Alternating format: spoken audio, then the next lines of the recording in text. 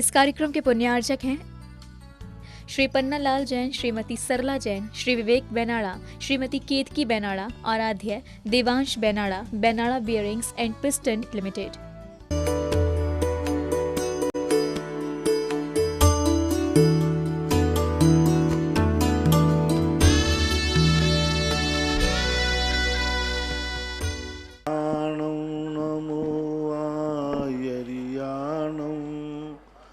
नमो वज्झायाणं नमो लोये सव्यसाहुणं। पंच परमेष्टि भगवान की जय। आचार्य श्री गुरुवर कुंद कुंद महाराज की जय। आचार्य श्री गुरुवर विद्यासागर महाराज की जय। परम पूज्य निर्यापक समण मुनि पुंगव श्री सुधासागर जी महाराज की जय। सकल मुनि संघ की जय।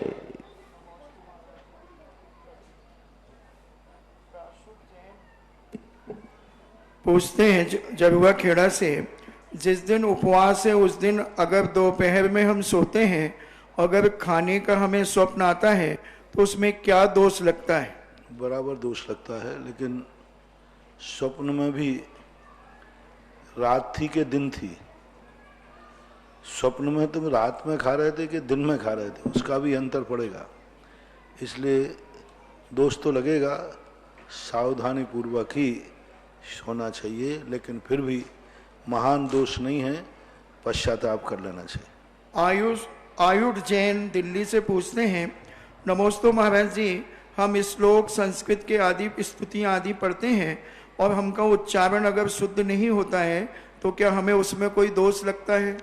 चला करके यदि गलती नहीं करोगे, यदि सावधानी पूर्वक पढ़ रहे हो, अच्छी तरह देख करके उपयोग लगा के पढ़ रहे हो, फिर गलती हो रही तो दोष नहीं है। लेकिन चंचल मन से पढ़ रहे हो, असावधानी से पढ़ रहे हो तो बराबर दोष आता है। संध्या जैन जबलपुर से पूछती हैं, नमोस्तु महाराज जी, चक्रवर्ती के नेत्रों का विषय जितना होता है तो उतना ही क्या तीर्थंकरों का उससे अधिक होता है क्या? तीर्थंकरों के संबंध में अलग से कोई भी उनके दृष्टि कितनी होती है गृहस्थ अवस्था में, इसका जैन आगम में कोई उल्लेख नहीं मिला।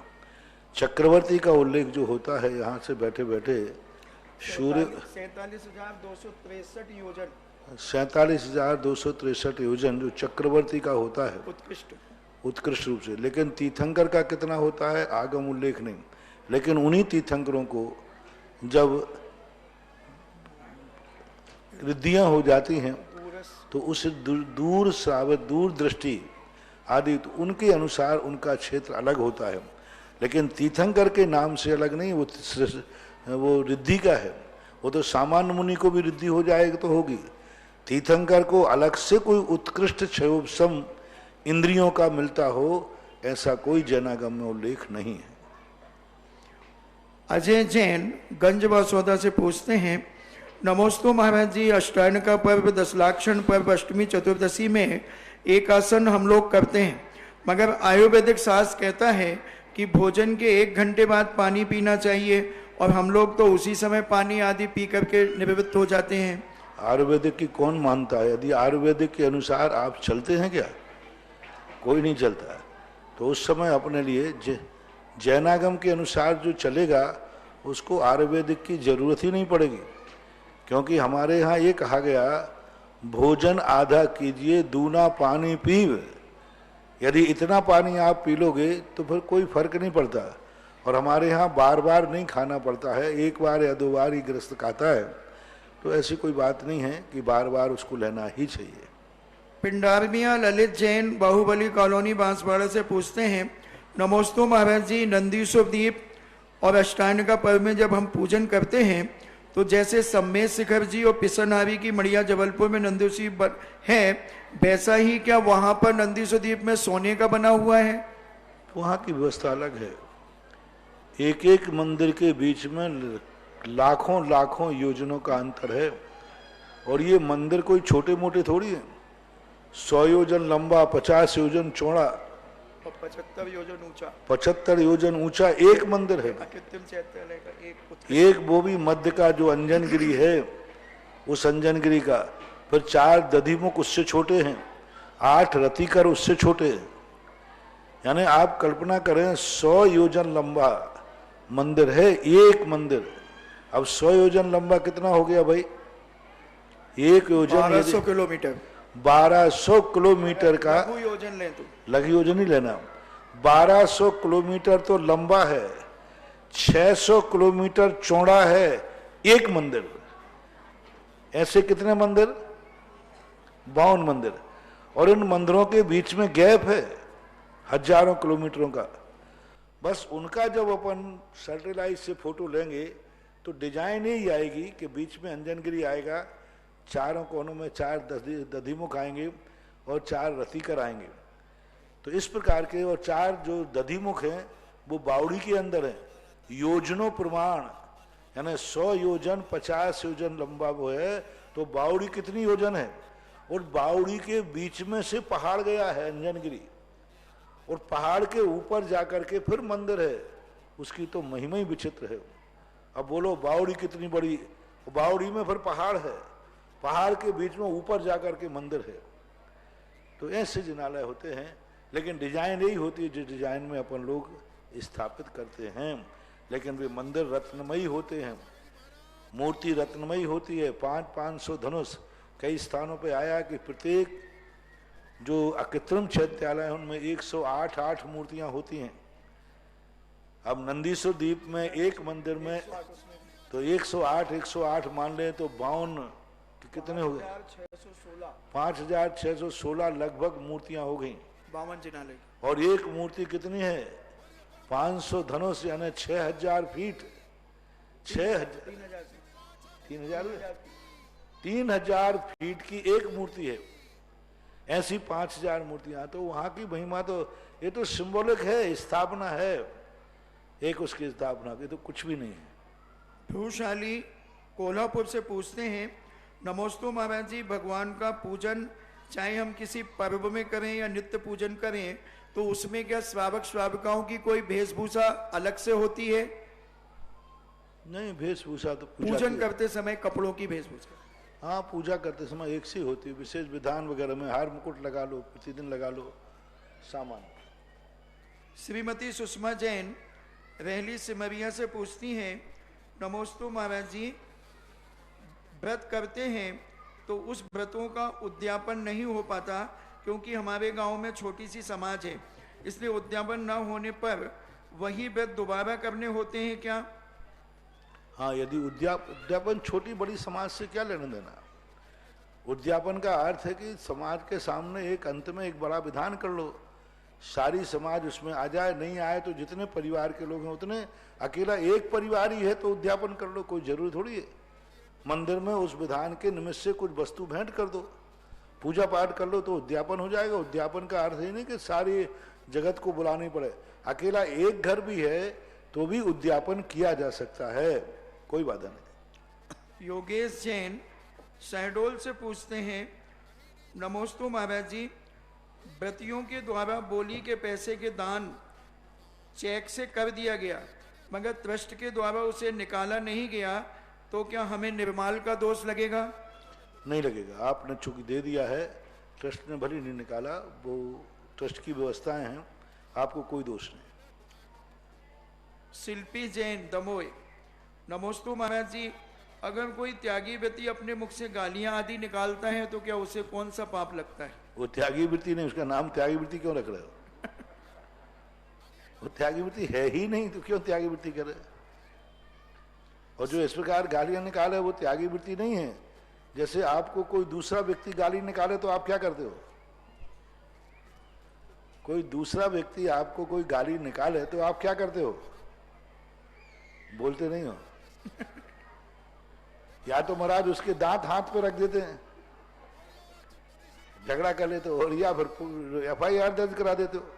ऐसे साधु कोई निकाले तो वो साधु त्यागी वृत्ति है ही नहीं। उसको वही व्यवहार करना चाहिए जो व्यवहार एक सामान्य ग्रस्त के साथ आप करते हो। एक बार एक स्थान पर ऐसे ही हुआ, ब्रह्मचारी थे, वो किसी समाज को कोई गालियां निकाल रहे थे, तो उसने एक व्यक्ति चला उसको ऐसे जम के थप्पड़ मारा, और त्यागी वृत्ति को जो था ही नहीं, उसके मुंह में खून आ गया। बोले मैं त्यागी वृत्ति हूं। बोले त्यागी वृत्ति गाली नहीं निकाल सकता, और गाली निकालने वाला त्यागी वृत्ति होता नहीं। तो जो दूसरा गाली निकालता उसके साथ हम वो जो करते वही तुम्हारे साथ किया। तो ऐसा व्यवहार तो कोई मतलब ही नहीं निकलता, ये लक्षण ही नहीं है त्यागी वृत्ति के। नमोस्तु महाराज जी। संजय जैन मुजफ्फरनगर से पूछते हैं, महाराज जी पूजा करते हैं और उसमें पहले भगवान महावीर स्वामी की पहले कर लेते हैं, फिर बाद में पारसनाथ भगवान की कर सकते हैं? कोई बात नहीं, कर सकते। प्रेमचंद जैन पुरुख नगर गुरुग्राम से पूछते हैं, नमोस्तु महाराज जी, वे कौन से पाप हैं जिनके वजह से हम भगवान का अभिषेक नहीं कर सकते, आहार दान नहीं दे सकते और इंद्र आदि की बोलियां नहीं ले सकते? अब इन पापों को कोई अलग से व्यवस्था मत बनाओ, कोई ऐसे फरमान। वो जब तुमसे पाप हो जाए तो तब आ जाना, मैं बता दूंगा। हाँ, नहीं तो फिर क्या होगा, जितने पाप हम गिना देंगे वो तो नहीं करोगे, शेष तो महाराज ने छूट दे दी। बस इतना ही समझो, पाप तो पाप है बस। सन्नी जैन सागर से पूछते हैं, नमोस्तु महाराज जी, हमारे परिवार में कुदेवों की पूजा हुआ करती थी, मगर आपके प्रवचन आदि सुनकर के हम लोगों ने सब त्याग कर दिया है, मगर अब हम कुदेवों की विदाई किस प्रकार से करें? कुछ नहीं करना है, बस इतना ही बोलना है, मैंने अपने गुरु के उपदेश से निर्देश से मुझे सद्ज्ञान हो गया है, और अब मैंने सच्चे देव साध गुरु की पूजा आराधना करने का नियम ले लिया है। अतः मैंने समस्त प्रकार के सच्चे देव साध गुरु को छोड़कर सबका त्याग कर दिया। आप लोग अपने अपने स्थान पधारो, मैंने अपने नियम का पालन करूंगा। बस इतना कह के 9 बार नमोकार मंत्र पढ़ के उनको गहरे पानी में विसर्जित कर दीजिए। मुन्नालाल जैन रहली सिमरिया से पूछते हैं, नमोस्तु महाराज जी, संसारी जीव धर्म की क्रियाएं आदि करके पुण्य कमाता है और स्वर्ग जाता है, मगर अष्टांगा पर्व में स्वर्गीय देवता नंदीश्वर आदि में 8 दिन का वास करते हैं, अभिषेक पूजन आदि करते हैं, तो उनका तो कोई परिवार ही नहीं है, उन्हें पुण्य कमाने की क्या आवश्यकता है? क्यों नहीं, परिवार तो क्यों नहीं, उनका बहुत बड़ा परिवार होता है। हजारों हजारों उनकी इंद्राणियां होती हैं, मियाँ बीवी हैं, एकम परिवार है क्या? सबसे बड़ा परिवार तो यही है, इसलिए परिवार होता है। और उनको पुण्य इसलिए कमाना कि अभी वो भवांतर में संसार में ही तो हैं, वहाँ से आकर के मनुष्य बनना है, पहले से पुण्य लेके नहीं आएंगे तो यहाँ क्या बनेंगे, अभी वो ग्रस्त ही हैं। सिंगई संजय जैन मुगावली से पूछते हैं, नमोस्तु महाराज जी, अगर जन्मजात ही बच्चे को गोद ले लिया जाए तो गोद लेने परिवार को क्या 10 दिन का सूतक लगेगा? बराबर लगेगा, क्योंकि जितने दिन का बालक आपका ने लिया है उसके जितने से दिन हैं वो जिनके सूतक आपको मानना पड़ेगा, क्योंकि वो आपके नाम से गोद में आ गया। तो बराबर जितना दिन का वो हो गया और जितने दिन बाकी हैं 10 दिन में, उतने दिन का सूतक लगेगा। लेकिन गोद लेने में कोई आपत्ति नहीं, ले लेना चाहिए। अनमोल जैन जबलपुर से पूछते हैं, अष्टांगिका पर्व में जिसका नया मकान बना है वो अपने नए मकान में मिट्टी का कलश रख सकते हैं और शुभ काम कर सकते हैं क्या? कोई बात नहीं, कर सकते हो, रख सकते हो। एक श्राविका मेरठ से पूछती हैं, नमोस्तु महाराज जी, एक बार हमने आपको स्वप्न में दर्शन करते हुए आपका आशीर्वाद पाया और मांगा कि हे महाराज, मुझे आचार्य श्री के दर्शन हो जाएं, और आपने आशीर्वाद देते हुए कहा कि 1 साल के अंदर हो जाएंगे, और हम 11 महीने के बाद दर्शन हो गए। आप परम उपकारी हैं, तथा हमें एक बार पुनः आशीर्वाद दीजिए कि हम एक बार पुनः आचार्य श्री के आहार दान में सहयोग दे सके। बार बार दर्शन हो, जन्म जन्म दर्शन हो, आशीर्वाद। सन्नी जैन दिल्ली से पूछता, कुदेवों को माना, पर अब मन वचन काय से बीतवागी देव को मानता हूँ, क्या मेरे जीवन कार्यों में बाधा होगी और मैंने कुदेव मानने का उसका क्या परिणाम डरो होगा? मत, जो असत है उस असत को त्याग करने से डरो मत। डर एक बहुत बड़ा भयंकर भूत है। जब व्यक्ति डरता है तो फिर उसको वही घूमता, अरे मैंने ऐसा किया था इसलिए हो गया, मैंने ऐसा किया तो ऐसा हो गया। तो इसकी कोई दवाई नहीं है, डरो मत। जब या तो तुमने छोड़ा क्यों, और सत्य का ज्ञान हो गया है तो फिर असत्य से डरना क्यों? इसका अर्थ है कि तुम्हें सत्य का ज्ञान नहीं हुआ है, तुम्हें सच्चे देव साध गुरु का सच्चा अनुभव नहीं हुआ है, माँ तुमने किसी के कहने पर या महाराज के कहने पर छोड़ दिया, इसलिए तुम्हें डर लग रहा है। किसी व्यक्ति को ये पता चल जाए कि ये जहर है और वो फेंक देवे और फिर बाद में डर लगे, अरे मैंने जहर फेंक दिया कहीं मैं मर नहीं जाऊं। अरे भाई जहर है और फेंक दिया, अब वो तुम्हें क्या मारेगा? तो ऐसी ये जो मन में जो संदेह उठ रहा है, विकल्प हो रहा है, संदेह उठ रहा है, इसका अर्थ है कि तुमने अभी सच्चे देव साध गुरु को स्वीकार नहीं किया। यदि स्वीकार कर लिया होता तो आपके मन में डर आ ही नहीं सकता। आपके मन में ये कहेगा जब वो है ही नहीं, असत है, तो फिर डर काहेगा? और आपके जिनके मन में छोड़ने के बाद डर आता है, इसका अर्थ उन्होंने छोड़ा नहीं है और सच्चे देव साध गुरु को स्वीकार किया नहीं। ऑनलाइन जिज्ञासाओं के बाद यहाँ उपस्थित सभी श्रावक सहायिकाएं और जिनवाणी चैनल और सुधा कलश चैनल के माध्यम से देख रहे सभी श्रावक सेवकों की ओर से परम पूज्य श्री के चरणों में कोटिशः नमोस्तु नमोस्तु नमोस्तु गुरुवर। और आज की प्रथम जिज्ञासा के लिए आदिनाथ पाठशाला बोराव ममता जैन अपनी जिज्ञासा रखेंगे और तैयार रहेंगे आचार्य विद्यासागर पाठशाला रामपुरा सागर। जल्दी से आ जाइए।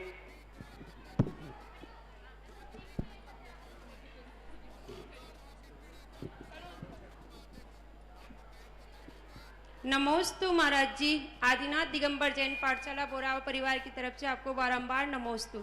महाराज जी, मेरा प्रश्न है कि पाठशाला में बच्चों को अनुशासित कैसे करें, उनको अनुशासन किस प्रकार सिखाएं, क्योंकि आजकल बच्चे हर बात में हमको उल्टा जवाब देते हैं बच्चे, तो उनको किस तरह से अनुशासित करें? उनको देखो, उनको जवाब देने का अपन को भी जवाब देना आना चाहिए, उनका समाधान करना चाहिए और उनको भय दिखाना चाहिए।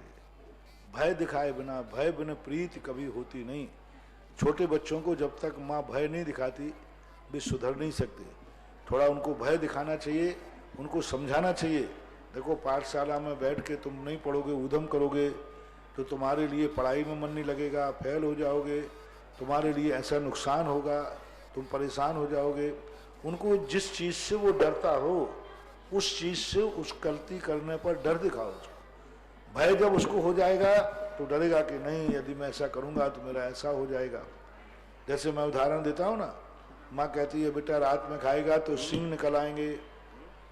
अभी सींग वींग को नहीं निकलते, लेकिन बच्चा डर जाएगा, नहीं मैं रात में खाऊंगा तो सींग आ जाएंगे। छोटे बच्चों को इस तरीके से समझाओ। बड़े बच्चों को उनके संबंध में, उनकी भाषा, उनका स्वभाव, नेचर समझना पड़ेगा कि किस नेचर संबंधी उद्दंडता कर रहा है, उसको उसी नेचर संबंध में उसको समझाना चाहिए।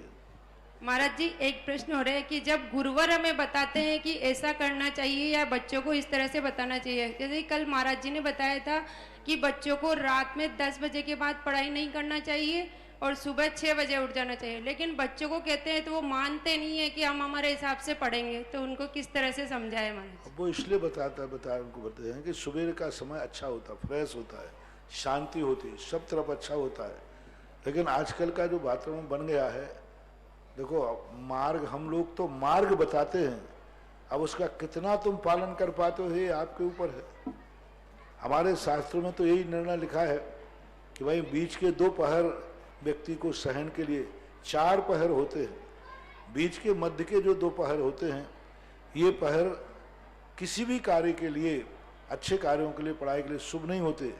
लेकिन आज का युग ऐसा है कि सुबह सुबह बच्चा 1-2 बजे तक पढ़ेगा, फिर सुबह 10 बजे तक, 8 बजे तक सोएगा। यही होता है महाराज। तो ये कल्चर इसलिए बन गया कि मम्मी पापा भी तो ऐसे ही हो गए। वो तो सब बिगड़ा है पूरा, कश्मीर से कन्याकुमारी तक पूरे कुएं में भांग पड़ी, अब करूं क्या? मम्मी पापा भी तो रात के 11, 12, 1 बजे तक टीवी देख रहा है, ये कर रहा है, वो कर रहा है, वही बच्चों को पड़ गया। सारा परिवार यदि जाकर के 10 बजे लगभग सो जाता है तो शुरू से बच्चों को ऐसे संस्कार डाले जा सकते हैं। लेकिन अब आज के युग में बड़े लोग पहले इस बात को फॉलो करें तो बच्चों में संस्कार आएगा। और जब बच्चे, बड़े लोग ही 11, 12, 1 बजे तक जगेंगे तो बच्चे भी उनके साथ जगते हैं। तो इसको हमें पूरा कल्चर बदलना पड़ेगा, तब ये बातें फॉलो हो सकती हैं। नमोस्तु महाराज जी। रामपुरा वार्ड पाठशाला के बाद तैयार होंगी श्रीमती गुणमाला जी जैन, गड़ाकोटा पाठशाला। नमोस्तु महाराज जी। द्रव्य संग्रह की 14वीं गाथा में सिद्ध भगवान उत्पाद व्यायुक्त से संयुक्त कैसे हैं? द्रव्य संग्रह की 14वीं गाथा अड़कम माठ गुणा कंचूणा चरम देह दो देहा उत्पाद और संयुक्ता। हाँ, उसके लिए क्या है कि उनमें उत्पाद व्यय तो होते ही नहीं, उनको अनंत सुख कैसे मिलेगा? प्रति क्षण उनका अनंत सुख मिल रहा है। इसको समझने के लिए ये लाइट जल रही है, अब लाइट निरंतर जलती हुई हमें दिख रही है, लेकिन इसके अंदर यूनिट, करंट का यूनिट खत्म हो रहा है कि नहीं हो रहा है? अब अपन को नहीं दिख रहा है, अपन को दिख रहा है कि बल्ब एक सा जल रहा है, लेकिन अंदर आने वाला जो यूनिट है, जो करंट है, बिजली है, वो प्रति क्षण नष्ट हो रही है, और पुरानी नष्ट हो रही है, नई आ रही है। लेकिन अपन को देखने में आ रहा है कि इस बल्ब का तो हमने 1 घंटे पहले भी इतना ही देखा था, 1 घंटे बाद भी इतना ही देखा है। पूरे दिन भर 24 घंटे बल्ब एक समान जला, लेकिन एक समान जलने के बाद भी उसमें करंट की बिजली व्यय हुई है कि नहीं हुई है, और नई बिजली आई है कि नहीं आई है।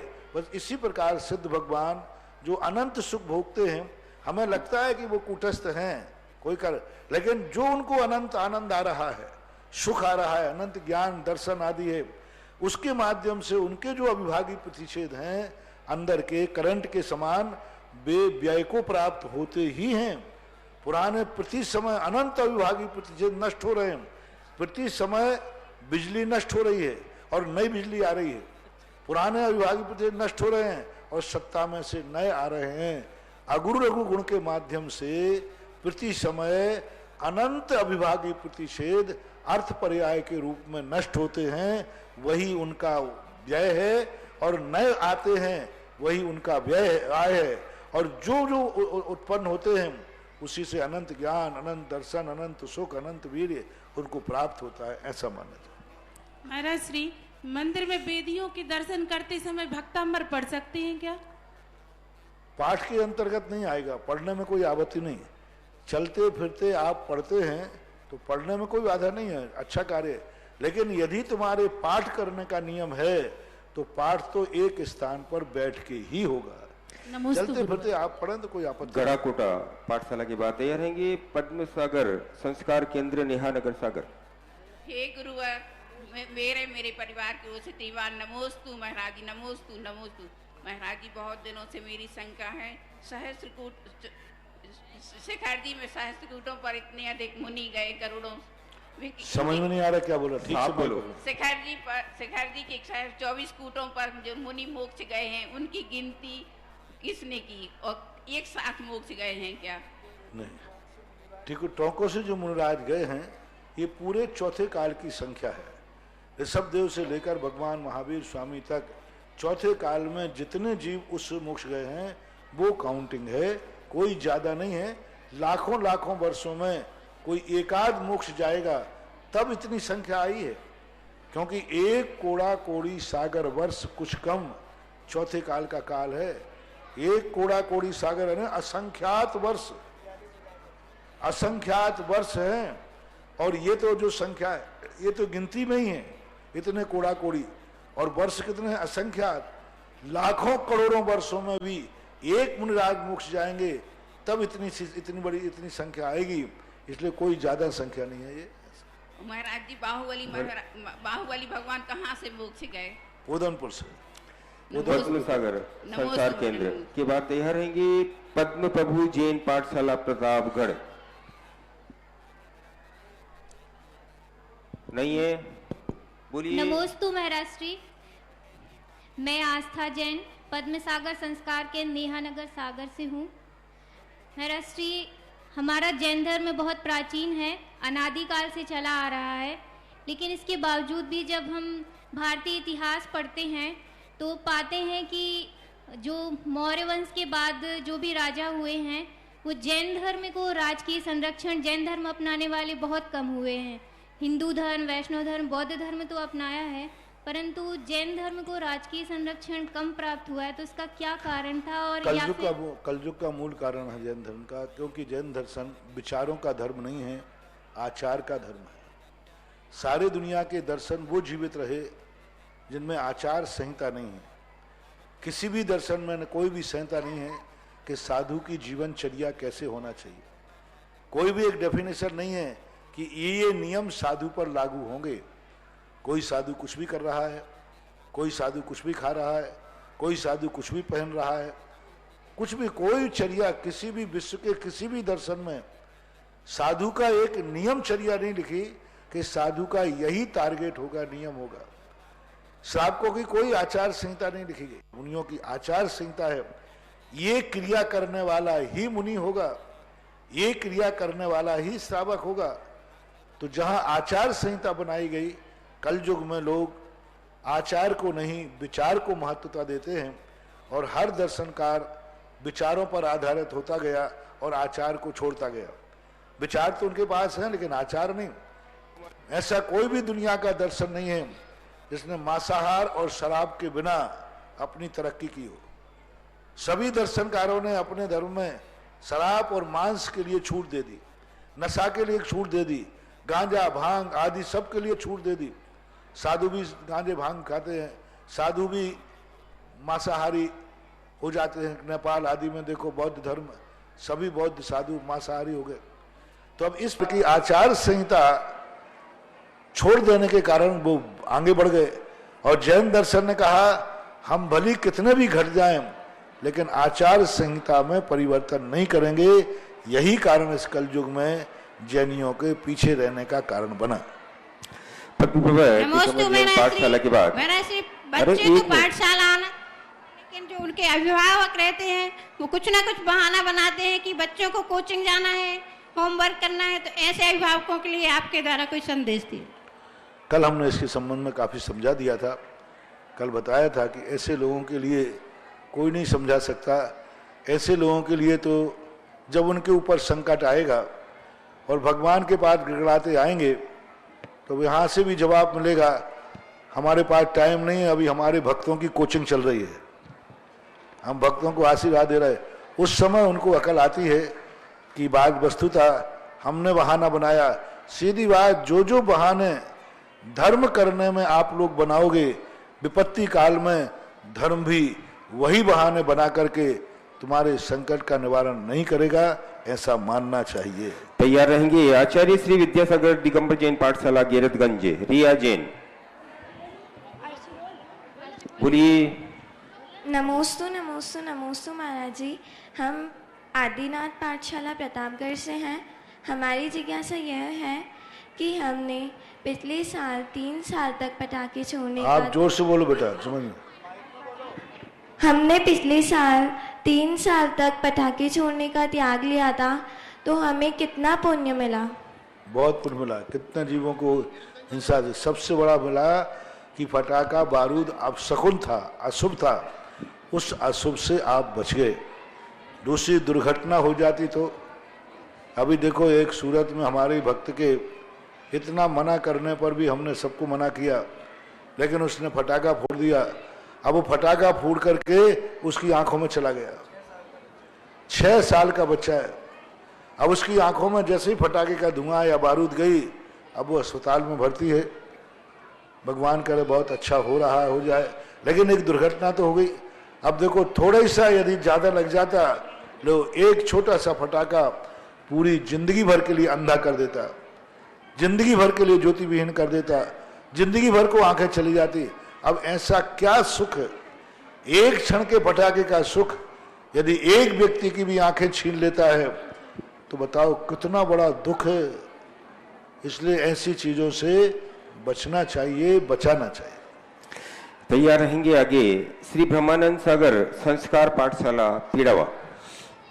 गैरतगंज पाठशाला परिवार की ओर से और मेरे परिवार की ओर से मुनि श्री के चरणों में बारंबार नमोस्तु नमोस्तु नमोस्तु। सबसे प्रथम तो मैं समस्त संघ को नमन करना चाहती हूँ कि इस अधिवेशन में उन्होंने हमें इतना सारा ज्ञान दिया, और दूसरी ओर मैं बिजौलिया समाज और सांगानेर के भैया जियों को धन्यवाद बोलना चाहती हूँ कि उन्होंने हम लोगों के लिए इतनी अच्छी व्यवस्था करी। महाराज जी, मेरी ये शंका है कि आजकल मोबाइल में सभी व्यक्ति स्टेटस डालते हैं, माई स्टेटस, उसमें भगवान जी की फोटो, महाराज जी की फोटो डालते हैं।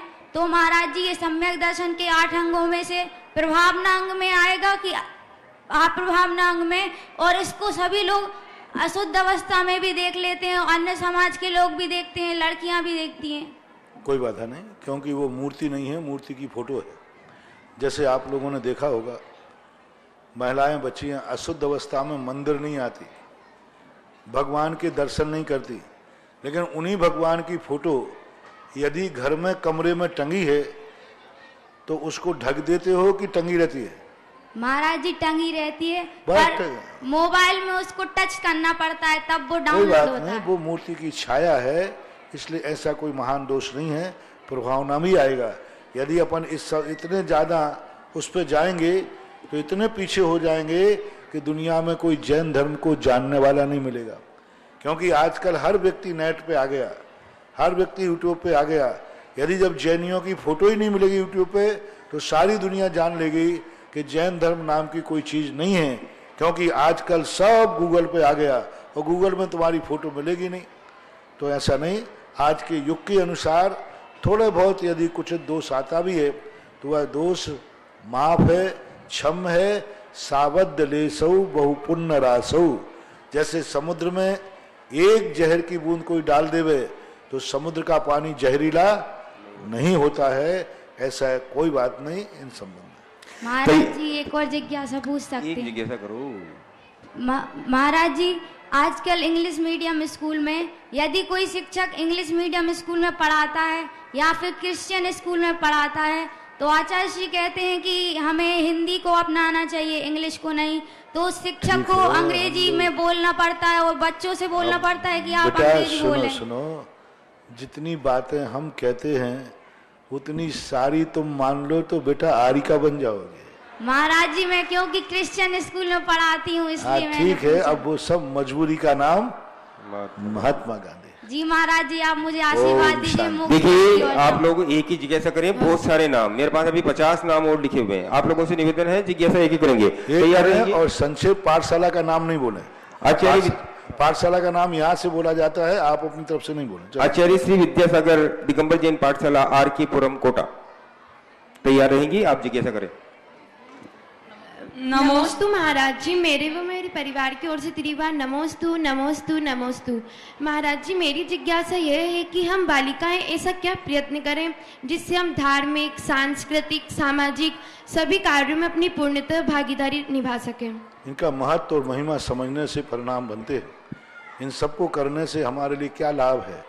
हमारी जिंदगी सुधरती है, दूसरों को संस्कार मिलते हैं, हमारा समाज, हमारा राष्ट्र अच्छे आचरण पर चलता है। जब तक हम किसी वस्तु का मूल्य नहीं समझते तब तक उसको करने का भाव नहीं आएगा। इसलिए हर क्रिया का पहले मूल्यांकन करें। चले आगे। आचार्य श्री विद्यासागर पाठशाला के बाद नमोस्तु महाराज। तैयार रहेंगे श्री गुरुवर के अनिल जी जैन, वर्धमान कॉलोनी, सागर। गुरुवर के चरणों में नमोस्तु गुरुवर। गुरुवर, हमारा प्रश्न है कि संस्थान 6 प्रकार के होते हैं, तो हम कौन से संस्थान में आते हैं? समचतुर संस्थान तो तीर्थंकरों का होता है, बाकी पंचम काल में शास्त्रों में 6 संस्थानों में 3 संस्थान का उल्लेख मिलता है। नाराज संगनन, अर्धनाराज और असम प्राप्ता श्रीपाठका संगनन। ये 3 संगनन जो हैं, जो बाद के 3 संगननहीन संगनन हैं, उन संगननों के अंतर्गत मानना चाहिए। नमोस्तु गुरुवर। तैयार रहेंगे श्री अनेकांत विद्या पाठशाला, जबेरा, दमोह। नमोस्तु। श्रवण संस्कृति संस्थान रजत वर्ष अमर हो, अमर हो, अमर हो। समस्त वर्धमान कॉलोनी वासियों की ओर से गुरुवर के चरणों में कोटि सा नमोस्तु। महाराज श्री, ये जिज्ञासा है कि ये जो महाधिवेशन किया गया निश्चित रूप से पाठशालाओं का विश्व स्तर पर पहुंचेगा, ये आपका आशीर्वाद ऐसा रहता है।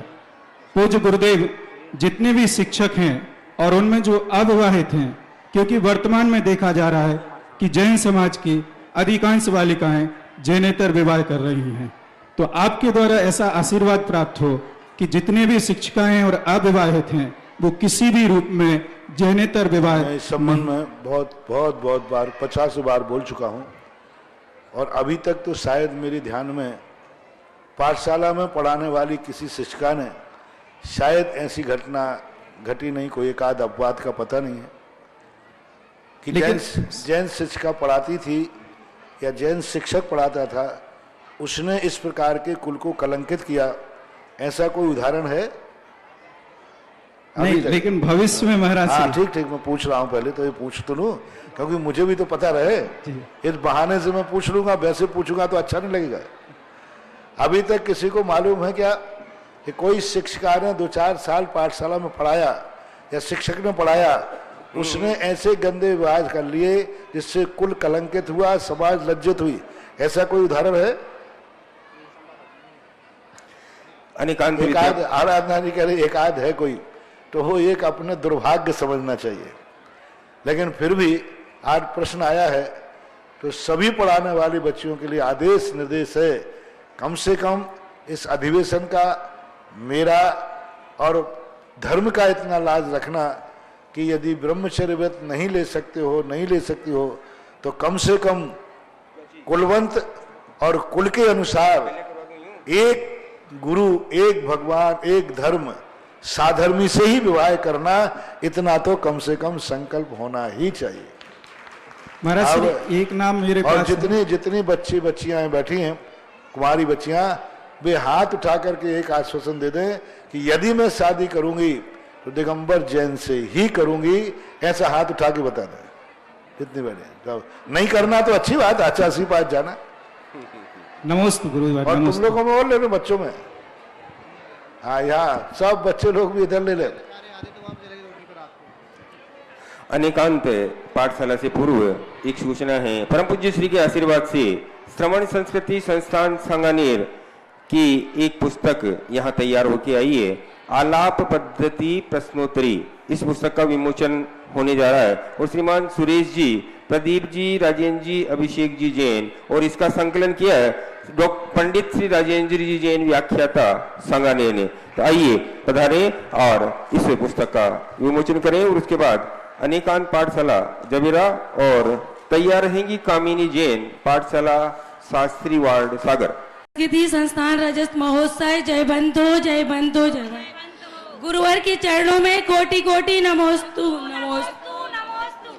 गुरुवर, अभी 12 वर्षीय द्वितीय वर्ष के पाठ्यक्रम के अंतर्गत स्टोपदेश में एक गाथा आती है, त्यागाय श्रेयसे वित्तमवित्ता संचिनोति या स्वशरीरम सपंकेन स्नास्यामिति विलंपिति।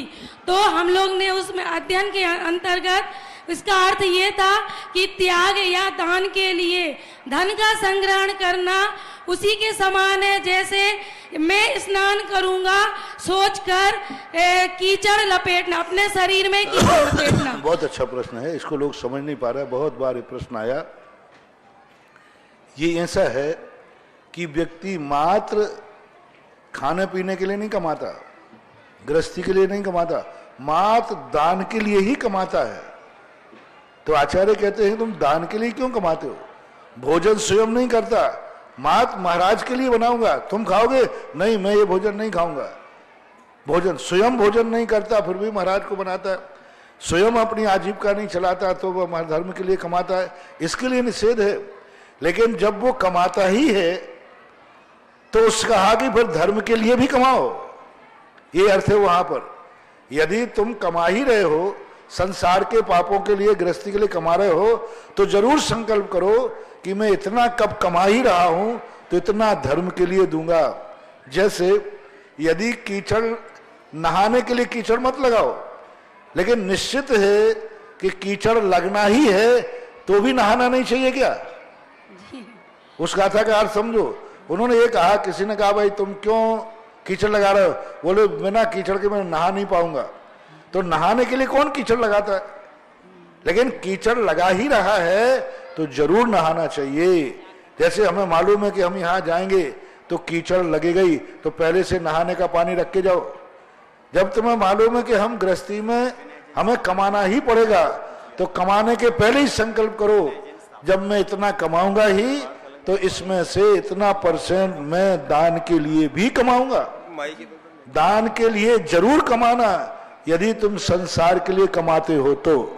लेकिन कोई व्यक्ति ने कहा महाराज जी मैं त्याग करना चाहता हूं व्यापार का, लेकिन ध्यान रखना फिर मंदिर नहीं बना पाऊंगा। यदि मंदिर बनाऊंगा तो मैं प्रतिमा नहीं ले पाऊंगा, क्योंकि प्रतिमा ले लूंगा तो फिर व्यापार नहीं कर पाऊंगा।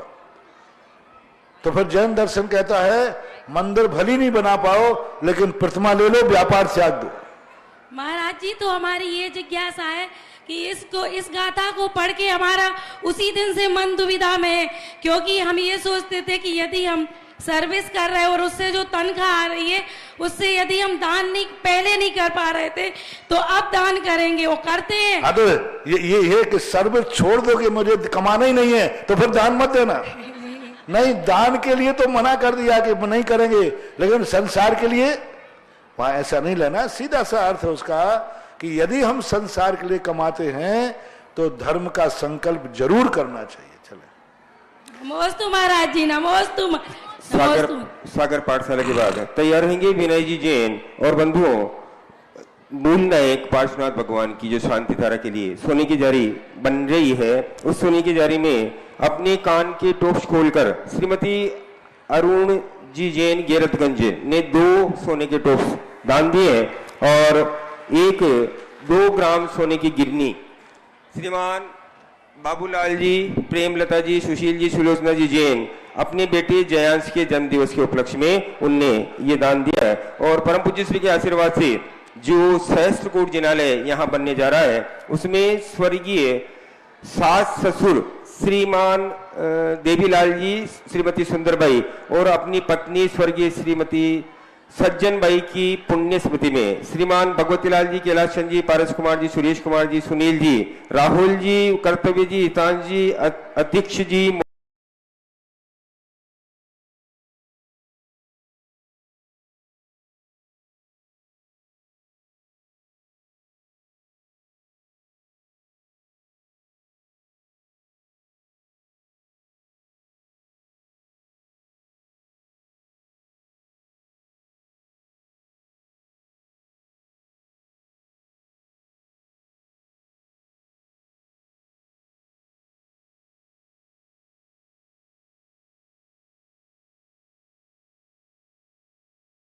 विनय जी जैन के बाद तैयार रहेंगे पवन जी जैन गंज बासुदा और बंधुओं सोने की जारी के लिए ही श्रीमती निर्मला जी, विजय कुमार जी मिठिया की ओर से 1 जोड़ी कान के टॉप्स जो ये हैं अभी दान में दिए गए और श्रीमती शशि अभय कुमार जी जैन बीना की तरफ से 1 अंगूठी दान में दी गई है। जी कैसा करें? हेलो जी कैसा बोलूं? गुरुदेव के चरणों में कोटि से नमन। गुरुदेव मेरी जिज्ञासा है, सुवा सुतक में मंदिर के अंदर तो किसी वस्तु को छू नहीं सकते, लेकिन जो पैर धोने की जो पात्र है क्या उसको छू सकते हैं? कोई बाधा नहीं है। पैर धोने वाला पात्र चूंकि माली भरता है, अशुद्ध कपड़ों में भरते हैं, उससे पैर धोने में कोई बाधा नहीं, धो सकते। तो क्या गुरुदेव वो गोलक में पैसे भी डाल सकते हैं? गोलक में पैसे डाल सकते हैं? गुल्लक में गुल्लक कहाँ रखी पहले ये देखो। यदि गुल्लक वहां रखी है जहां लोग अभिषेक पूजन करते हैं तो दूसरे को दे के डलवा देना चाहिए।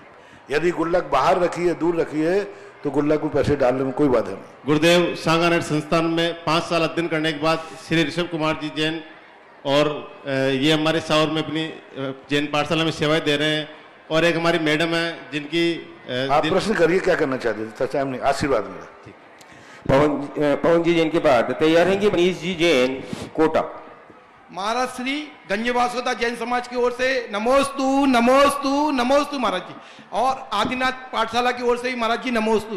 महाराज जी मेरा प्रश्न है, कल से जब आया हूँ महाराज जी बिजोलिया बेले भी आया हूँ, पहली बार ऐसा शंका हुई है महाराज जी, पार्श्वनाथ भगवान का ज्ञान कल्याणक महाराज जी ऐच्छिक पार्श्वनाथ में बताया गया है, तो यहाँ जो देख के ऐसा लग रहा है कि महाराज जी कहाँ है, ये मन में शंका महाराज जी कल से ही है। नदी के उस पार चले जाना, वहाँ 1 नमोकार मंत्र की माला फेरना, तो आपके खुद दिमाग में पारसनाथ आ जाएंगे, वो खुद बता देंगे।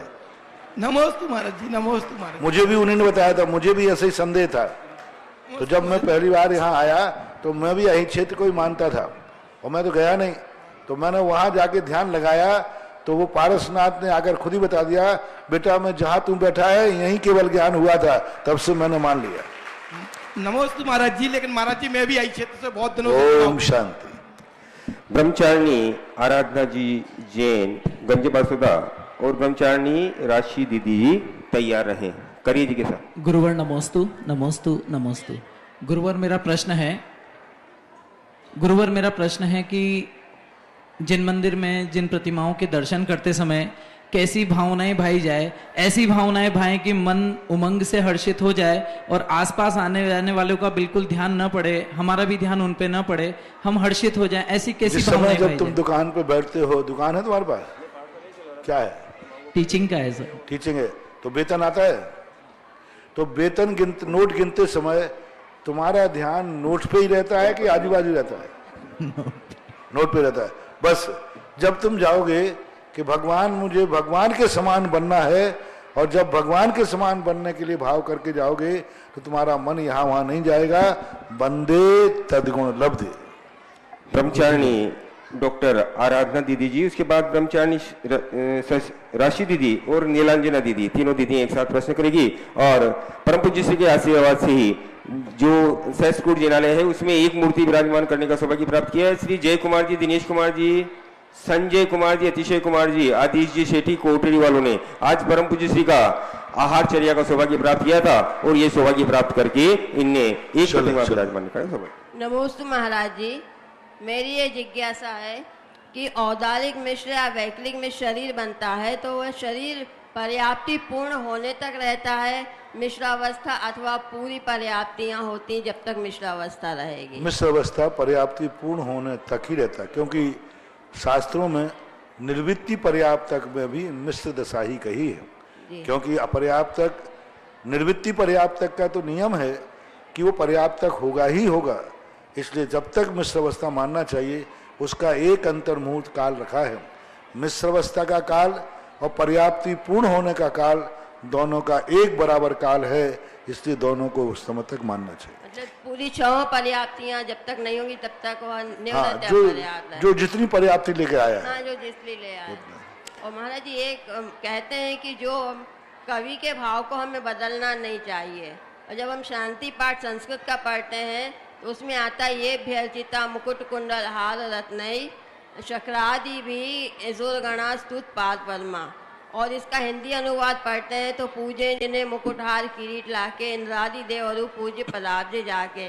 तो जो संस्कृत वाले में तो मुकुट कुंडल हार 3 का उल्लेख हुआ है, और हिंदी वाले में मुकुट और किरीट दोनों आ गए हैं और कुंडल शब्द छूट गया है। तो और वहाँ पर लाके शब्द आया है और संस्कृत से निकलता है मुकुट कुंडल हार वाले पूजा करते हैं, और लाके तो पूजा नहीं करते। यदि हम बदल के पढ़े तो कोई दोष है क्या? पूजे जिन्हें मुकुट कुंडल हार वाले, यदि पढ़े तो इसमें क्या दोष आएगा? हिंदी अनुवादकार कोई जरूर नहीं कि हुबहूब अनुवाद पूरा हुबहूब कभी होता ही नहीं। भक्तांबर में देखो ना कितने अनुवाद हुए, लेकिन हुबहूब भक्तांबर का अनुवाद आज तक नहीं हुआ कि प्रत्येक शब्द अनुवाद में आ जाए। तो अनुवाद में एक भाव पक्ष रूप जैसा आ जाता है, इसलिए किया है। आप अपन उसमें सुधारने के अधिकारी इसलिए नहीं है क्योंकि लेखक ने जो लिखा है, हम खुद अपना नया शांति पाठ बना सकते हैं, लेकिन उसमें नहीं सुधारें तो अच्छा है, क्योंकि अनुवादक का क्या भाव रहा हो क्या नहीं रहा। ब्रह्मचारिणी राशि दीदी के बाद ब्रह्मचारिणी नीलांजना दीदी। नमोस्तु महाराज जी, मेरा और मेरे परिवार की ओर से आपको त्रैवार नमोस्तु नमोस्तु नमोस्तु। महाराज जी मेरा प्रश्न है कि जैसे ज्योतिष का देव हैं, प्रकीर्णक आदि सारे के सारे सूर्य चंद्र, तो क्या वहाँ आसपास में जो विमान बने हुए हैं वहाँ क्या मिट्टी भी होती है? नहीं होती, जैनागम के अनुसार तो नहीं होती। अब विज्ञान मान रहा है, मैं विज्ञान को मानता नहीं।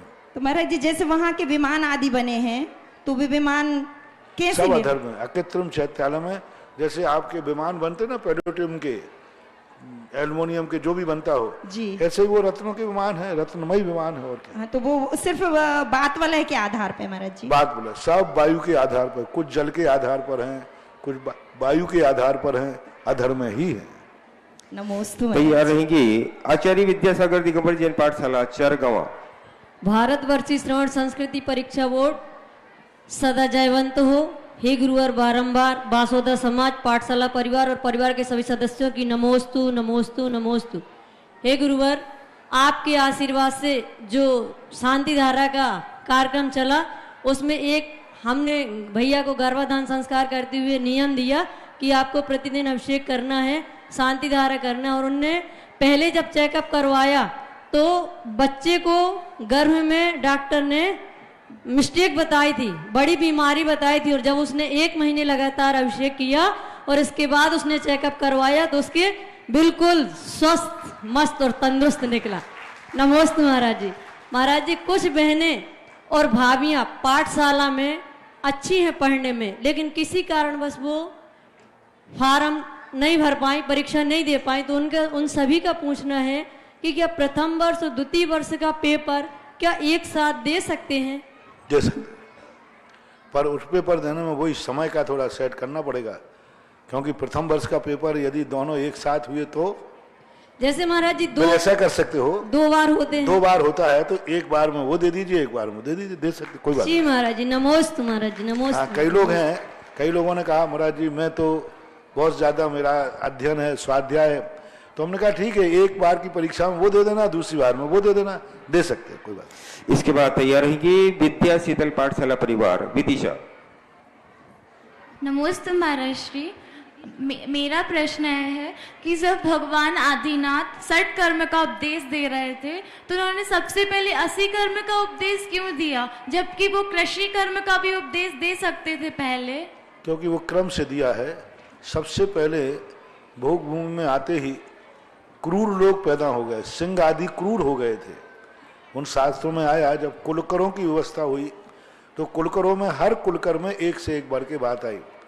तो इस समय ऋषभदेव के समय सबसे पहले जो सिंहादिक जो थे वे क्रोध करने लगे थे, क्रूर करने लगे थे, पंजे आदि मारने लगे थे, खाते तो नहीं थे।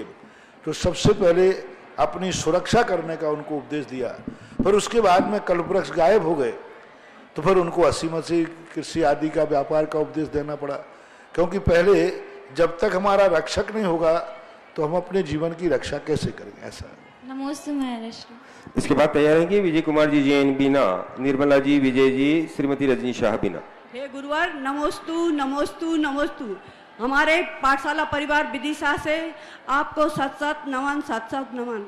हे गुरुदेव, द्रव्य संग्रह में आता है भवनाला चालीसा आदि, तो उसमें 100 इंद्र कैसे होते हैं? क्योंकि भवनवासी के तो 10 भेद होते हैं और व्यंतर देव के 8 भेद होते हैं, लेकिन 32 और 40 होता है, तो कैसे हो जाते 100 इंद्र? भवनाल 40 बंतरा होती 32 कप्पा मर 24 चंदो सूरो नरो तिरियो। तो इस प्रकार के जो हैं, तो भवनवासियों के 40 नाम गिनाए हुए हैं। भेद भली हैं लेकिन एक एक में 2-2 इंद्र होते हैं। जैसे उनके 20 भेद हैं तो एक के 2 इंद्र 40 हो जाएंगे। नहीं, 10 भेद, 10 भेद हाँ, तो होते 10 के उपभेद भी हैं, उनमें अलग अलग भेद। पूज्यवर यतिवृषभ महाराज जी ने, पूज्यवर नेमिचंद महाराज जी ने त्रिलोक परिणति त्रिलोक सार में इन सारे 40 इंद्रों का पूरा व्यापार दिया। कौन इंद्र कहाँ रहता है, इसका परिवार कैसा है और ये किस जाति के उपभेदों में आएगा, पूरा वर्णन त्रिलोक परिणति के अंदर है। नमोस्तु नमोस्तु। इसके बाद तैयार रहेंगे श्री पवनेश जी जैन सांगानेर।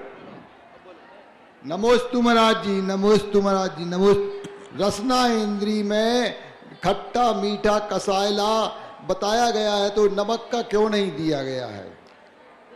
खट्टा मीठा कसायला कड़वा बताया गया है, तो नमक का क्यों नहीं बताया गया? तो नमक जो है एक प्रकार का खारापन है उसमें, तो ये तिक्त में आ जाता है। एक तिक्त बताया ना, खट्टा मीठा कसायला, और एक तिक्त भी आया है। अच्छा, चर पर आया ना तिक्त।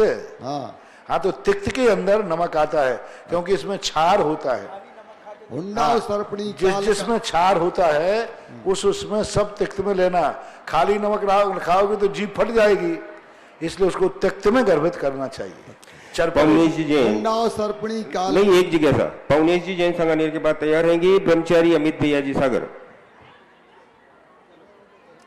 माइक देव भाई, जल्दी दो। आपको नाम मैंने पहले ही बोल दिया था। नमोस्तु गुरुदेव। मेरा सत नमन। मेरा प्रश्न है महाराज जी कि जब हम जीव पुद्गल इन सबको सात रूप में मानते हैं, जब तो तत्व मान रहे हैं, और जैसे इनमें पाप और पुण्य जोड़ दिया तो इनको नव पदार्थ कहने लगे महाराज जी। तत्व पदार्थ अलग चीज होती है। तत्व क्रिया का नाम है, पदार्थ और क्रिया करने वाले का नाम है। जैसे पूजा कर रहा है तो पूजा के भाव को तत्व कहते हैं, और पूजा करने वाले को क्या कहते हैं? पुजारी। तो जो क्रिया की जा रही है वो तत्व है, और क्रिया करने वाले को जो टाइटल दिया जाता है वो पदार्थ है। नमोस्तु गुरुदेव। तैयार रहेंगे ब्रह्मचारी कमलेश भैया जी आवागढ़। महर्षि जी, मेरी जिज्ञासा है कि स्फटिक मणि की अगर सिद्ध परमेष्टि भगवान की प्रतिमा जी है तो उनका क्या अभिषेक करना चाहिए? अगर सिद्ध परमेष्टि भगवान की स्फटिक मणि की प्रतिमाएं हैं तो क्या उनका अभिषेक करना चाहिए? क्यों, सिद्ध भगवान करने में कोई बाधा नहीं, लेकिन सिद्ध निराकार नहीं हो, आकारवान हो, बीच में खांचे वाली नहीं हो। यदि पूरे आकार है तो और महर्षि अगर उसका मार्जन कैसे, हाथों से ऐसा फेर के करना चाहिए, कपड़े से करना चाहिए? कपड़े से करें, महर्षि निक्षेप से कोई बात नहीं। कपड़ा यदि गंदा है तो नहीं करें, क्योंकि स्फटिक मणि गंदी हो जाएगी। तो वो तो कपड़ा, साफ कपड़े से करने में कोई बाधा नहीं। सिद्ध भगवान की अभिषेक का उल्लेख शास्त्रों में मिलता है। तैयार रहेंगे श्री पवन जी जैन प्रेस गंज। हमारे साधर्मी बंधु है, उनके यंत्र जी घर में विराजमान है, तो आपके श्रीमुख से सुना होगा कि उनको मंदिर जी में विराजमान करे, तो कैसे करें, किस विधि से करें, कहाँ करें? कोई विधि नहीं है, मंदिर जी में कमेटी से पूछ करके विराजमान करें। कमेटी की अनुमति नहीं है तो फिर उनको लिए दूसरे मंदिर में ले जाएं। यदि धार्मिक यंत्र है तो, और आलम तालम का मंत्र है तो विसर्जित करना चाहिए। धार्मिक मंत्र हमारा हर कमेटी से पूछ करके करना चाहिए। अमोलक चंद जी जैन आगर, और उसके बाद तैयार रहेंगे श्री विनय जी जैन सावर। गुरुदेव 108 विद्यासागर सुधा सागर जी महाराज के चरणों में बारंबार नमस्तु। मेरे परिवार के, मेरी जिज्ञासा है कि चारों कषायों से कैसे बचा जा सकता है? चारों कषायों से बचा था चारित्र संयम लेने से। राज ही चरणम साधु के लिए संयम धारण करो, इंद्रिय संयम और प्राणी संयम। विनय जी जैन सागर के बाद तैयार रहेगी श्रीमती रूबी जैन आरोन। नमोस्तु महर्षि। महर्षि क्षयोपम सम्यक दर्शन का काल कितना है? क्षयोपम सम्यक दर्शन का काल कुछ अधिक 66 सागर वर्ष, 66 सागर तक रेगुलर क्षयोपम सम्यक दृष्टि रह सकता है। तो महर्षि फिर नरकों में? नरकों की अपेक्षा नहीं, स्वर्गों की अपेक्षा, क्योंकि नरक जाने वाले को तो एक अंतर मुहूर्त के लिए छायक सम्यक दर्शन छोड़ना पड़ेगा, और नरकों में अधिकतम 2 अंतर मुहूर्त कम 33 सागर वाला ही रह सकता है। प्राची जैन खेरोट और सुनीता जैन कोटा। तैयार रहे। 66 सागर किसी एक पर्याय की अपेक्षा नहीं बनेगा। 66 सागर में मनुष्य देव पर्याय की अपेक्षा घटाना चाहिए। चलिए जल्दी से आ जाएं, जिनके नाम बोले। चले जल्दी जल्दी, क्यों नहीं, आगे बोलो। नमोस्तु महाराज श्री। महाराज श्री, मेरा प्रश्न ये है कि पीढ़ियों की गणना किस हिसाब से करना चाहिए? जो घर का मुखिया है, और उस घर का मुखिया है, मुखिया टू मुखिया मानी जाती है, पूरे परिवार की पीढ़ी नहीं मानी जाती। अच्छा। इस कार्यक्रम के पुण्यार्चक थे श्री पन्नालाल जैन, श्रीमती सरला Jain, Shri Vivek बेनाड़ा, Shrimati Ketaki Benada, Aaradhya Devansh Benada, Benada bearings and piston limited.